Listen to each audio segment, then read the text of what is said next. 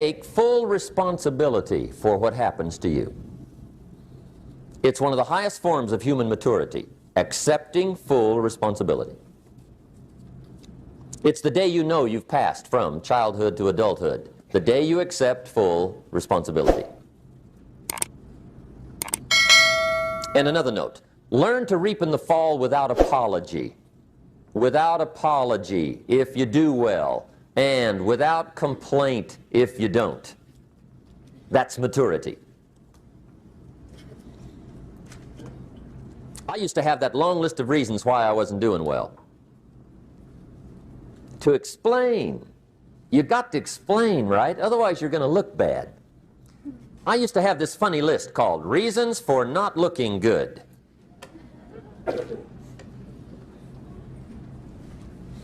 I used to blame the government. I mean, you can believe that or not. It was at the top of my list. I had a lecture second to none. The government. That was on my list. I used to blame taxes. Look what you got left after they take everything. And they expect you to do well. That was on my list there. Prices, that one's easy, right? You walk into the supermarket with $20, come out with a little half bag. So I had that on my list. I used to blame the weather. I blamed the traffic. I used to blame my car. I blamed the manufacturers. I used to blame the company. I blamed company policy. I used to blame the training program. I blame my negative relatives. They were always putting me down. I blame my cynical neighbors. They're just selfish, looking out for themselves. Won't loan you money? They were on my list.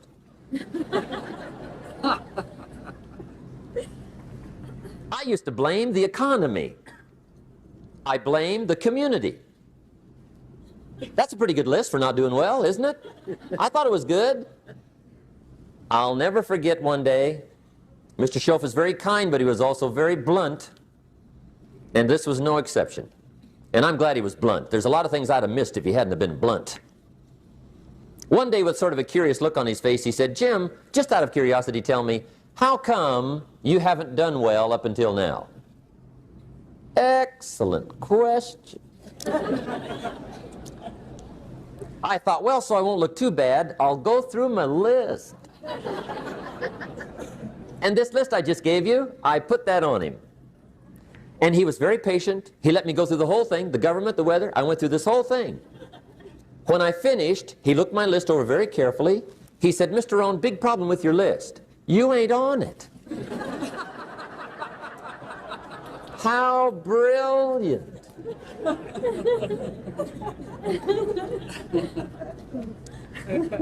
When I went to work for him a few months later, I learned very quickly to tear up my list, reasons for not doing well, and I threw it away. And I got me a fresh piece of paper. And I put one word on it. Me. There's a Black Heritage spiritual that says, "It's not my mother nor my father, nor my brother nor my sister, but it's me, O Lord, standing in the need of prayer." See, I used to blame everything outside. And then let me give you a little philosophy that helped turn my life around. For your notes, here it is. It's not what happens that determines the quality or the quantity of your life. It's not what happens. And the reason is because what happens to about everybody. No different. The sun went down on all of us last night. A common event, a happening. And I found out that the same things can happen to two different people. One gets rich and one stays poor. Why is that?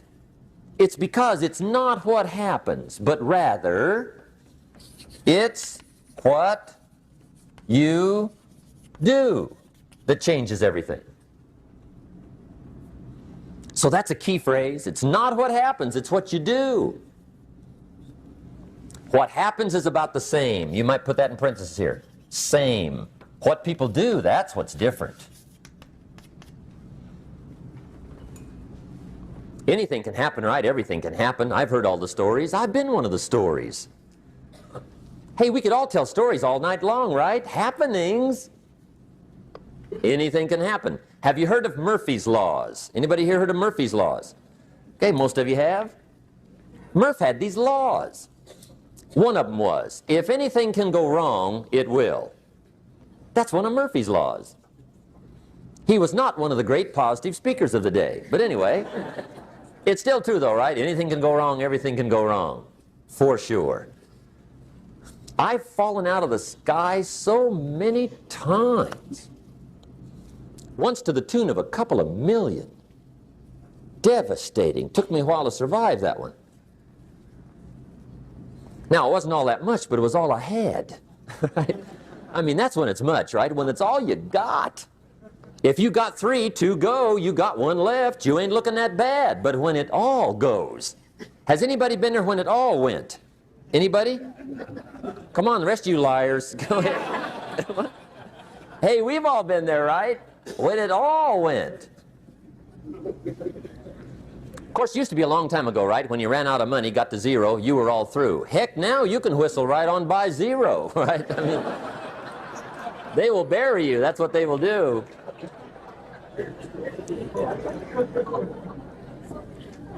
But see, those are the happenings, right? Everything can happen. Anything can happen. But it's not the happenings. It's what you do about it.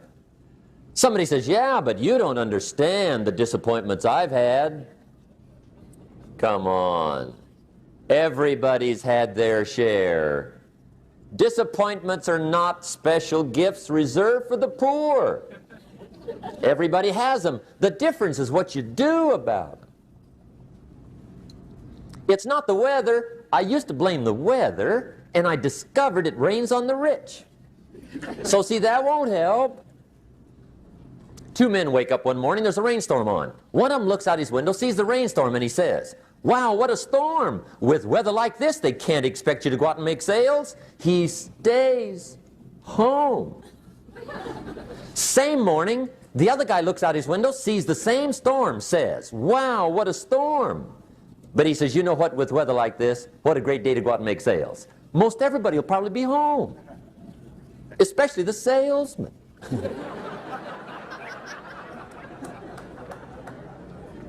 See, that's the difference in how your life works out. It's not what happens, it's what you do. So here's one of the key questions of the evening. Starting tomorrow, what are you going to do that'll make a change in your life's direction?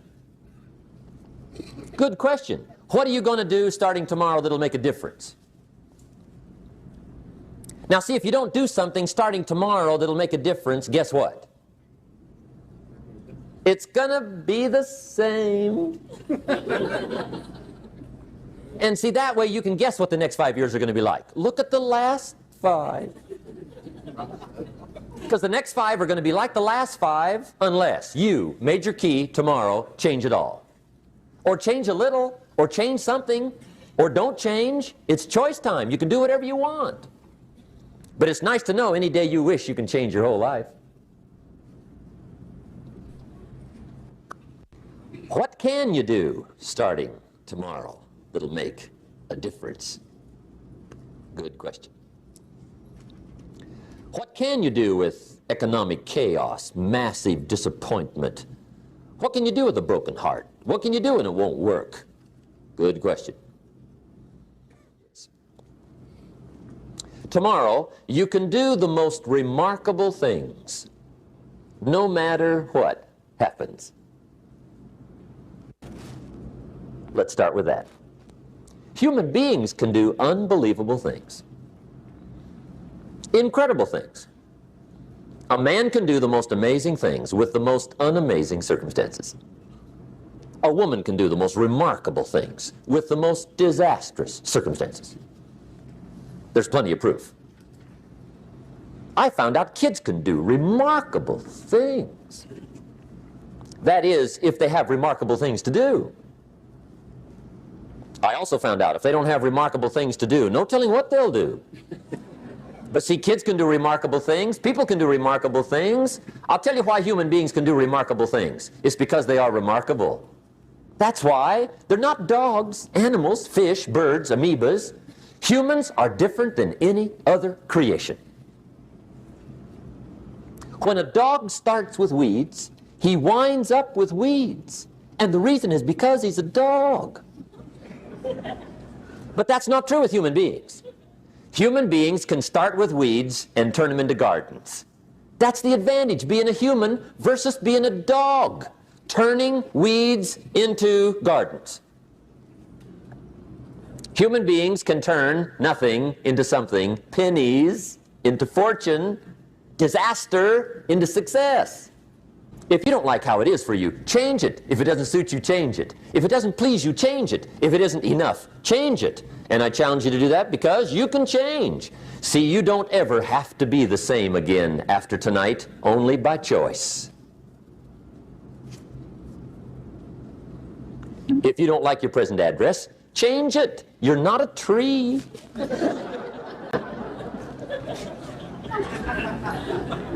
Now, let me give you 3 steps to personal development. Let's get down to the nitty-gritty. What does it take to really make the changes starting tomorrow? It takes more than philosophical pronouncement. I know that. It also takes more than enthusiasm. I know we're hearing a lot about enthusiasm these days, but see, that just won't do the job. We're still hearing the old cliches of the 30s, right? To be enthusiastic, you must act enthusiastic. But see, that's not going to help. After you have leaped about, there are some things you got to do, or it isn't going to change. See, you can get all excited about lifting 200 pounds till you get to the gym. And then you need a new excitement.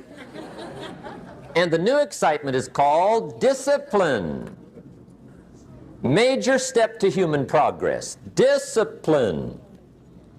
If there's one thing to get excited over, that's it.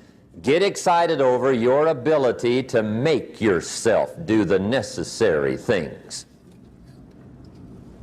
What could you make yourself do starting tomorrow that would change it all? No telling. Now, see, that's exciting. On any given day, you can massively change the direction of your life. Murder is a clear example that any one person on any given day can forever alter the course of their life. It just happens to be a negative act. But just as sure as you can commit a negative act, you can also commit a positive act and forever alter your life, whenever you wish. Now that's exciting.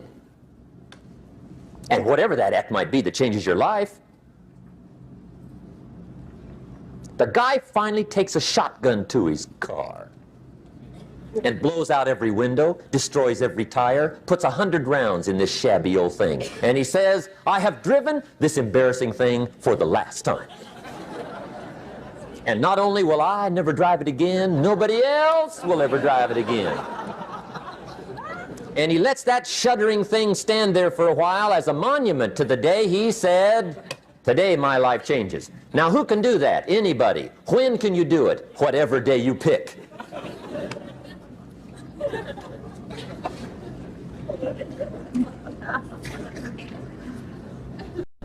Now here's the key to discipline.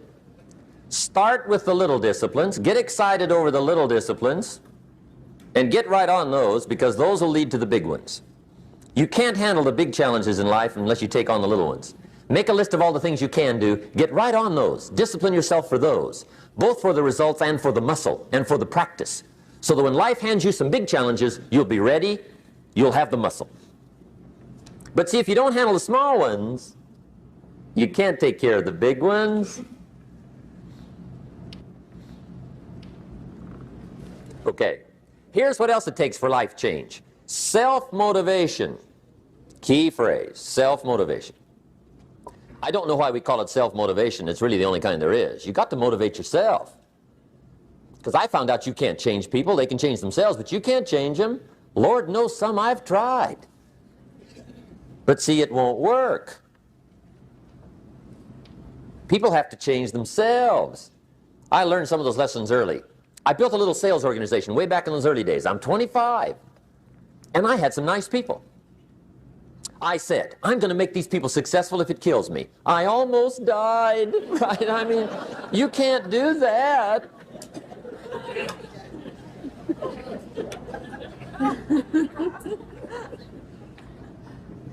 See, I've discovered this. Good people are not trained, they're found.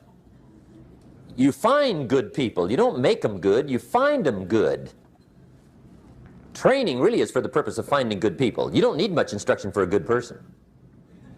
But too much training probably means you got the wrong people.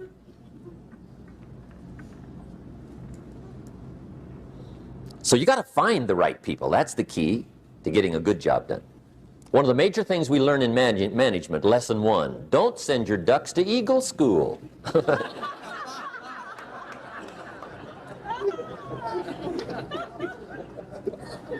Because it won't help. I mean, I'm telling you, it won't help, no matter how good your school is. And the little eagle badge and little eagle hat, I'm telling you, it won't help. It won't help. You can tell whether your school's done any good, right, is when it's over, right? The duck goes for his first rabbit and makes him a friend. You say, no, no, no. Anyway, so it takes self-motivation to really alter your life. And you don't want to give self-motivation away to somebody else and make it somebody else motivating you. The guy says, boy, if somebody just come by and turn me on. What if they don't show up? Right? See, you got to have a better plan for your life. Okay. Now, if you're excited and you're ready to change, let me give you 3 steps to start life change that can change your life, your personality, your lifestyle, everything can change. Here's the steps. Number 1, find out how things work. The first key to doing better is find out. To change your life, really, you need ideas. There isn't anything an idea can't change. And Shoaff taught me the major problem is lack of an idea, not a problem. At first I didn't have any money. I said to Mr. Shoaff, I don't have any money. He said, that's not a problem. Now see, up until then I always thought it was. Right? I was confused. He said, no, no, the problem is lack of an idea on how to create money and wealth. It isn't lack of money, it's lack of ideas. So if you get the ideas, see, you can change anything. Now to get ideas, you need a constant study of finding out. Now, Shoaff also said, when you find out something that works, put the information in your journal. Don't use your head for a filing cabinet. Put it in your journal so that you can do the next best thing. Repetition, repetition, repetition. Go over it. And if you repeat it, go over it, sure enough, someday, some mysterious day, the idea takes root, starts to grow, and shows up in your bank account, and your dress, and your personality, and your lifestyle. But capture the ideas in your journal. Find out how things work. Shoaff gave me this word for my life change. He said, study. Great word. If you wish to be successful, study success. If you wish to be happy, study happiness. If you wish to be wealthy, study wealth. Don't leave it to chance. Make it a study. Some people just go through the day with their fingers crossed. See, that won't do it. You've got to study the things that can change your economic, social, spiritual, personal life. Now, here's a qualifying phrase. And we'll have several of these qualifying phrases throughout the seminar. Here's the first one. You may not be able to do all you find out. I understand that. You may not be able to do all you find out, but you should find out all you can do. See, you don't want to wind up at the end of your life and discover that you've lived only 1/10 of it. And the other 9/10 went down the drain. Not for lack of opportunity, for lack of information.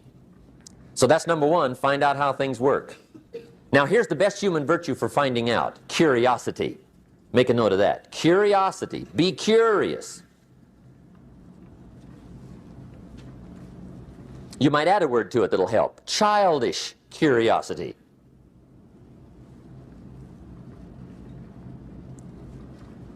What will kids do if they want to know something bad enough?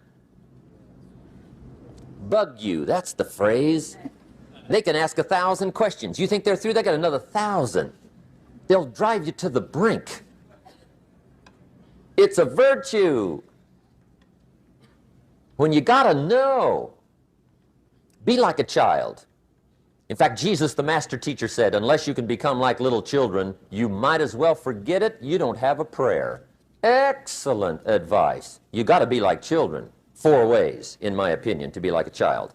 Number 1 is curiosity, and number 2 is excitement. Get excited like a child over your ability to make yourself do anything for change. 3rd is faith. Have faith like a child. Adults are too skeptical.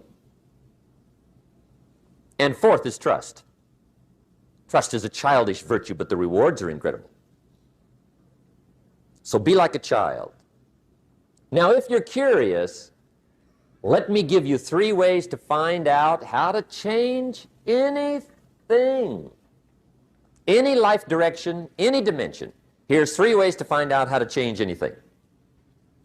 Number 1 is to read. Become a good reader. All of the successful people I know and work with around the world, they're all good readers. Curiosity drives them to read. They got to know. They just read.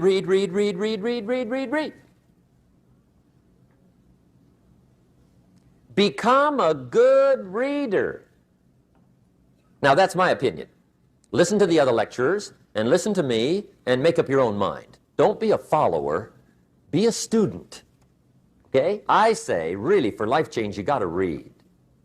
One way to learn is from your own experiences, but another way to learn is from other people's experiences. See, one book might save you 5 years if you read it. Did you know there's books on how to be stronger, more decisive, be a speaker, be a leader, have a better effect on other people, develop your personality? Did you know there's books on that? And people don't read them? How would you explain that? And they can read. Did you know that hundreds of successful people have written their stories in books and they wrote down how they did it and people don't read it? How would you explain that? The guy's busy, I guess. You know, you get tied up. The guy says, well, yeah, you work where I work, but the time you struggle home, it's late. You got to eat a bite of supper, watch a little TV, get to bed. You can't sit up half the night reading. And the guy's behind on his car payment. Good worker, hard worker, sincere. But you got to be better than sincere and work hard. Otherwise, at the end of your life, you'll wind up cold, stony broke. You got to be better than a good worker. You got to be a good reader. My opinion. Now, you don't have to read half the night. Okay? Although if you're broke, that's not a bad place to start, right? Get on with the cure. But put this in your notes, 30 minutes a day. Just devote 30 minutes a day to reading. Stretch it to an hour if you can. But at least 30 minutes. Half rich isn't bad.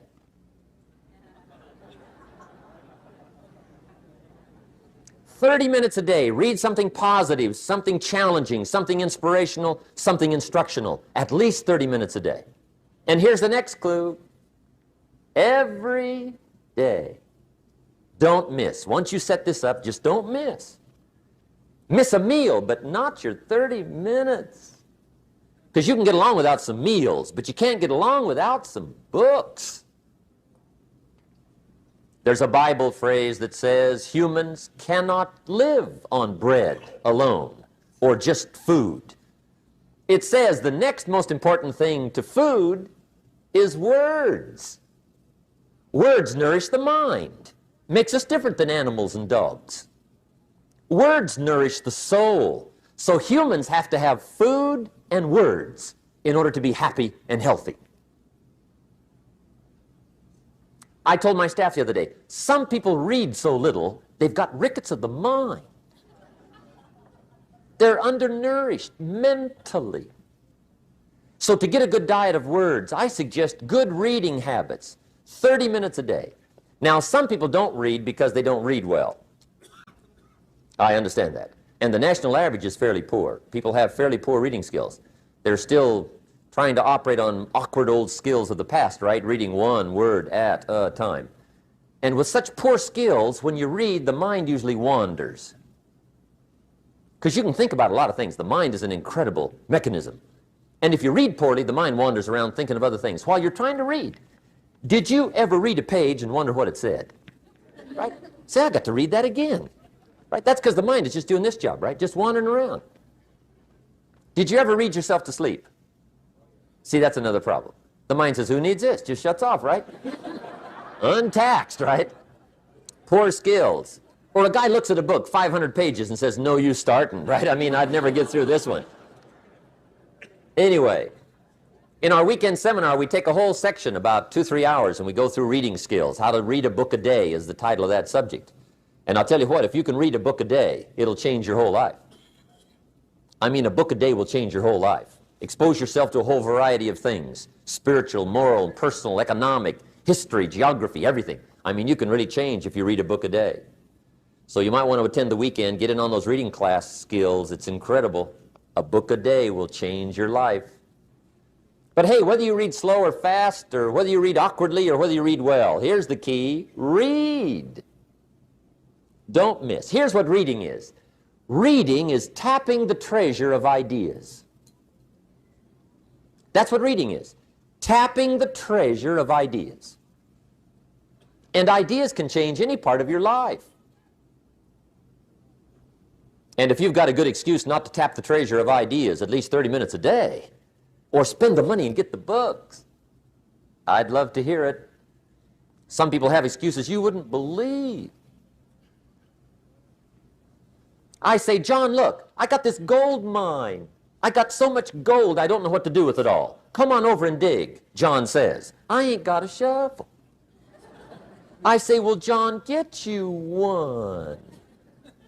He says, you know what they want for shovels?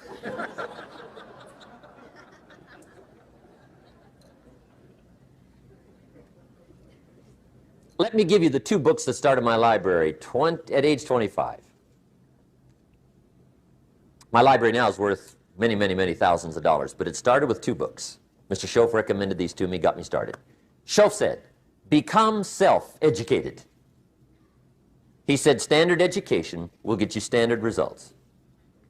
And you can check those numbers and see if that's what you want. But if you want to go beyond that, you now have got to become self-educated. So he got me started on my library. He said, one of the ways is build your library. Now, I had a Bible, right? That was 66 books, so that's a pretty good deal. But here's what else he recommended. He said, number 1, get the book, Think and Grow Rich, by Napoleon Hill. Think and Grow Rich, if you don't already have it. The title should intrigue you. Think and Grow Rich. I found that book in a secondhand bookstore. I paid 47 cents for it. I've still got it. It's one of the rare hardback covers. I read it several dozen times. Shoaff taught me repetition is the mother of skill. Some of the ideas in that book helped to change my life. As I look back on it now, the book was worth several $100,000, and I bought it for 47 cents. What a lesson I learned, the difference between cost and value. Before I met Mr. Shoaff, I used to ask, how much does it cost? After I met Mr. Shoaff, I asked, how much is it worth? I started basing my life on worth instead of cost, and everything changed.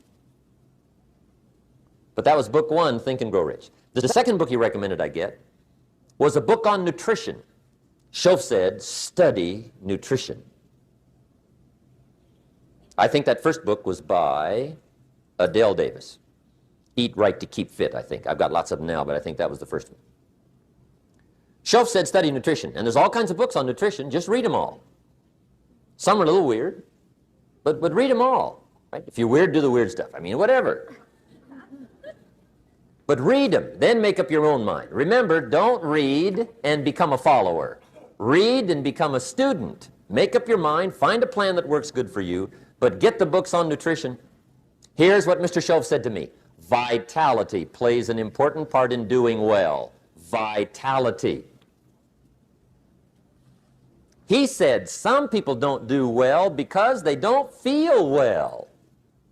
It's not that they're not intelligent. It's that they're ill. They don't have the zing and the fire and the vitality to do well. So he put it right on me about studying nutrition. He said, Jim, you wouldn't believe it. He said, I got this friend of mine raises racehorses. The guy's got 9 books on how to feed horses. He does not have a book on how to feed himself. He said, my friend studies horse nutrition. Studies it. Vitamins, minerals, trace minerals, protein, amino acids, carbohydrates, fats, enzymes, proper balance for his horses. Schoaf said, he's a fanatic. And he said, you ought to see his horses. They're magnificent, beautiful, powerful animals. They can run like the wind. And he said, you ought to see him. He's a wreck. He said, the guy feeds his horses better than he feeds himself. Do you believe that? In my later studies, I discovered some people feed their dogs better than they feed their kids, if you can believe that. Anyway, I didn't mean to give you a health lecture here tonight, okay? But hey, take care of yourself. Work on that part, because it's one of the answers to doing well. There's even a Bible phrase that says, many times the spirit is willing, but the body's weak. Now see, you're in trouble. And that is a problem. You wake up in the morning and the mind says, let's go get them. And the body says, I can't even get out of bed. Right? So you got to work on both sides of this, right? Okay. But get your library started. Get the books. Put it together. Books are the trademark of civilization. It's fascinating to walk into someone's home and browse through their library, because your library says something about you. So put your reading together. Very important. Here's the second way to find out how to change your life. And that's to listen. Get around successful people and listen. Now, you can also learn from unsuccessful people. Take notes on both, negative and positive. On the negative, the notes are called What Not to Do. And you got to learn what not to do as well as what to do. So learn from the negative as well as the positive. Okay? Find out what poor people read and don't read it. Right? That's good information. Learn from the negative.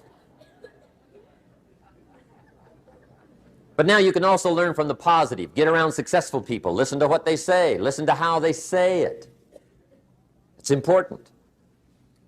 We've all got about 16 waking hours. Practice listening those 16 hours. And I say practice listening because listening isn't easy.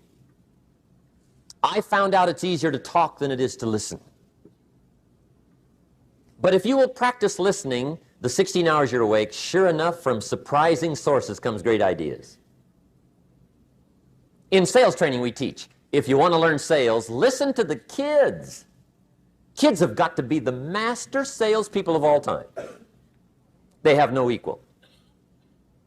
Father tells his young son, no, you cannot have an ice cream cone. 30 minutes later, he's licking on one. That'd be 30 minutes worth listening to. They got moves you wouldn't believe. Persistence runs deep like the ocean. And the kids never took a class on how to overcome objections. They already know how. They don't need classes. You tell kids no. That goes right on by. They give you 3 good reasons. You say no. It goes right on by. They give you 3 more. They're masters. So listen and learn. Now, here's some of the best advice I've got for the whole evening. It won't get any better than this. This is it. Poor people ought to take rich people out to dinner and listen. That's some of the best I got.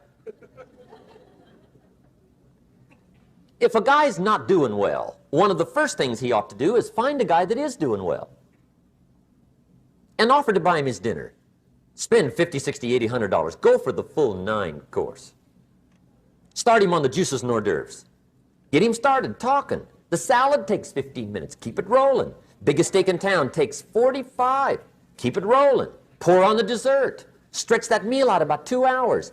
If you get a successful person to eat and talk for 2 hours, They're liable to drop ideas in your lap, change your life. Multiply your income by 2, by 3, by 5. But you're right. Poor people don't usually take rich people out to dinner. That's the problem. The guy said he's rich, let him buy his own dinner. I'm not coming up with any money. And he says, besides, you work where I work. By the time you struggle home, it's late. You're lucky to get your own supper, let alone running around trying to find a rich man to feed. And the guy's behind on his house payment. Good worker, hard worker, sincere. But you got to be better than sincere. Work hard. You wind up broke. You got to be better than a good worker. You got to be a good listener. And remember, what you read and what you hear, put the good stuff in your journal. Now, here's the third way to find out how to change your life. And that's to observe. You can pick up a lot of ideas just by watching. Get around successful people and watch. Here's why. Success leaves clues. Watch how the man shakes hands. Watch how the lady responds. People who do well do certain things over and over and over and over. And if you're clever, you can pick them up. Watch it all. If a guy's making $10,000 a month, I'd watch how he walks. Maybe that's it. Copy his funny little walk. Somebody says, well, that's kind of a silly walk. Say, it's 10,000. I haven't got the money yet, but I got the walk. It's bound to start somewhere.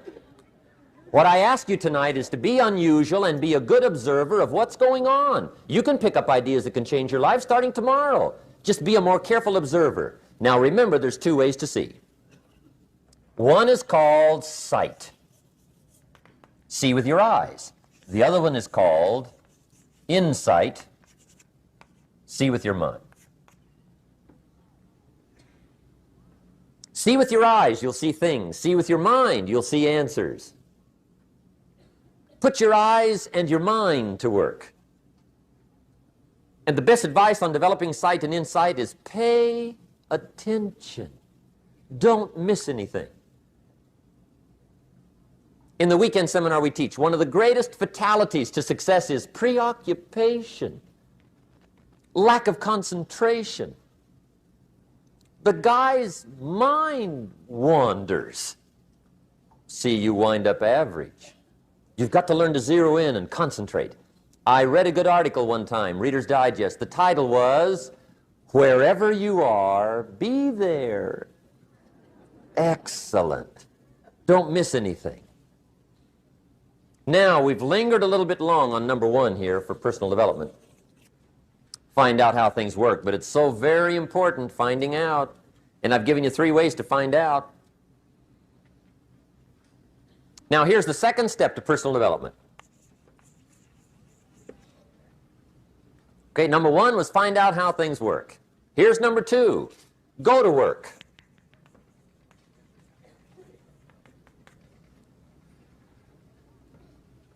You must now take action on what you found out.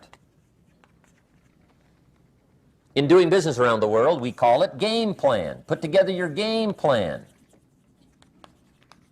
One of the major things we teach on the weekend seminars, game plans. How to game plan your office. If you're in sales, you need a game plan. Kids need a game plan. You need a home game plan, social game plan, a business game plan. Everybody needs game plans. Financial independence, game plan. Your investment, game plan.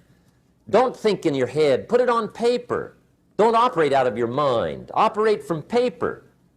I often ask somebody, what are you going to do the next 6 months? And somebody starts to tell me. I say, no, don't tell me. Show me. Show me your game plan for the next 6 months. Then I can look at things and maybe I can help. But you got to operate from paper. Put it on a game plan. Take action on what you found out. Now here's the best word I know of to go with action. Massive. See, that'll change everything. Massive action is called the cure-all. If you're going to make calls, make a few thousand. If you're going to make contacts, make a few thousand. If you're going to knock on doors, knock on a few thousand. See, that'll change everything. Here's the language of the poor. I'll try it a time or two and see what happens. It's the way poor people talk. The guy says, well, I'll give it 30 days. 30 days. You could guess his bank balance. You've got to have a better game plan. So here's one of the major things to do starting tomorrow. Take a look at your game plan. If it isn't loaded with massive action, change it. Tomorrow. Action. The formula really works like this. Pick up a good idea, take heavy action. Pick up a couple of good ideas, take heavy action. That's the formula for success. Heavy action.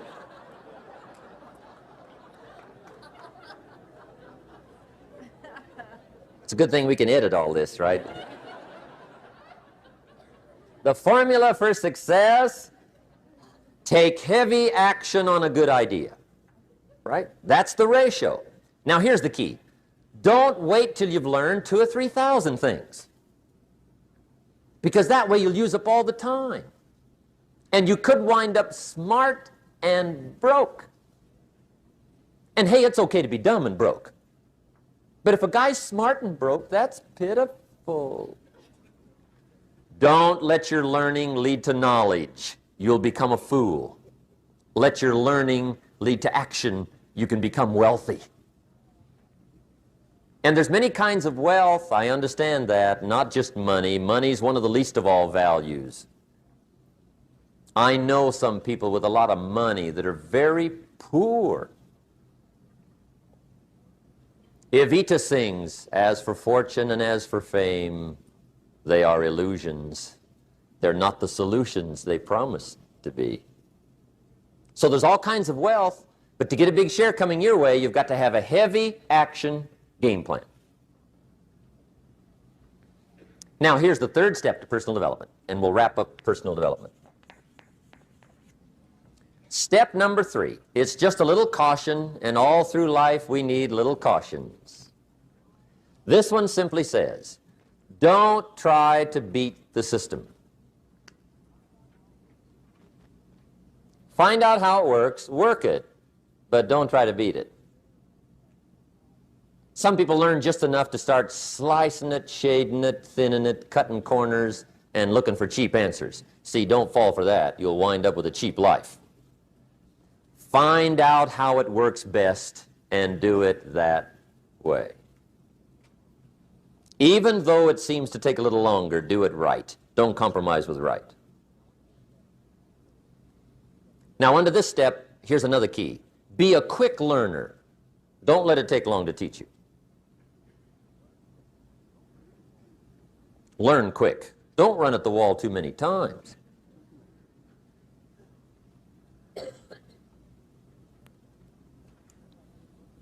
Learn quicker.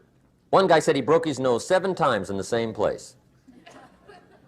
Somebody says, looks like you'd stay out of that place. Learn quicker. Now the third point here is don't be stubborn. See, some people won't change even when a better way comes. They say, well, I've been doing it this way 30 years. Hey, be ready for change. If it's a better way, go for it.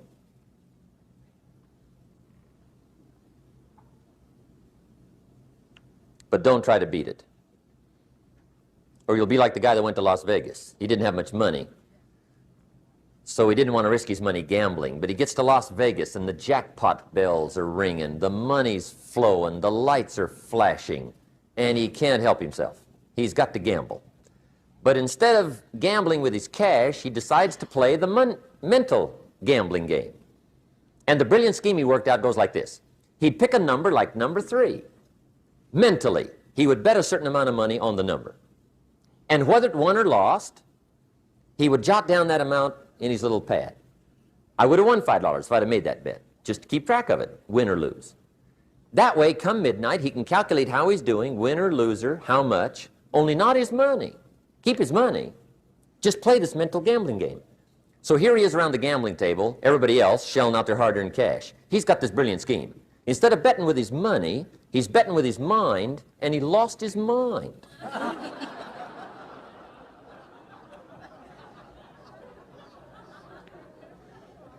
Which means don't try to beat the system, I guess.